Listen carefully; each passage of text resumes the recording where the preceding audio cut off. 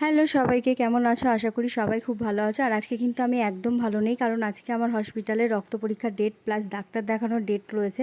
তো ওই জন্য আমি আর শাশুড়ি চলে এসেছি। এখানটায় না রক্ত পরীক্ষার আগে আমরা ডাক্তারের জন্য লাইন দিয়ে গেছিলাম একটা মহিলার পেছনে, কিন্তু সেই মহিলাকে আর এসে আমরা খুঁজে পাচ্ছি না, আর চিনতেও পাচ্ছি না যে কার পেছনে দিয়ে গেছিলাম লাইন। অনেকেই এরকম করেছে, টিকিটে এন্ট্রি করতে গিয়ে ওখান থেকেই ডাক্তার দেখিয়ে বেরিয়ে চলে এসেছে। আর এই দেখো, অনেক কষ্টে, এত ভিড় ছিল যে অনেক কষ্টে একটা বসার জায়গা পেয়েছি।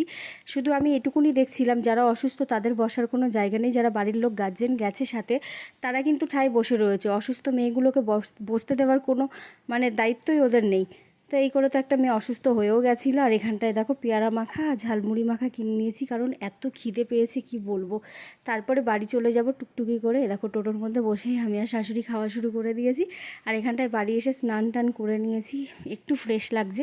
আর এখন খেতে বসবো ভাত, কারণ ভাত না খেলে আমার কীরকম একটা লাগছে, পাগল পাগল লাগে।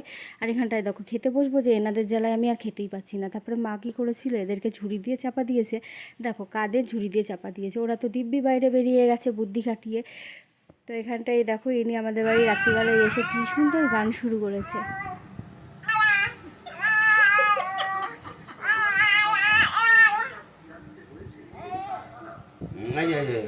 দেখো রাত 10টা বাজে, এখনও কিন্তু উনি আমাদের বাড়িতেই আছে। আর এটা হসপিটালের ওখান থেকেই কিনে নিয়েছিলাম চালতার আচার, কিন্তু কীরকম একটা খেতে লাগছিল যেন, ওই জন্য আর পুরোটা খাইনি, ফেলে দিয়েছি। আর এ দেখো যে হাতের কথাটা বলছিলাম, দেখো ক্যামেরাতেও কত সুন্দর বোঝা যাচ্ছে, হাতটা পুরো ফুলে গেছিলো আর রক্ত পড়াই যেন বন্ধ হচ্ছিল না। তো যাই হোক, আজকের দিনটা আমার খুব খারাপ কাটলো। আর তোমাদের কেমন কাটলো অবশ্যই কমেন্ট করে জানিও।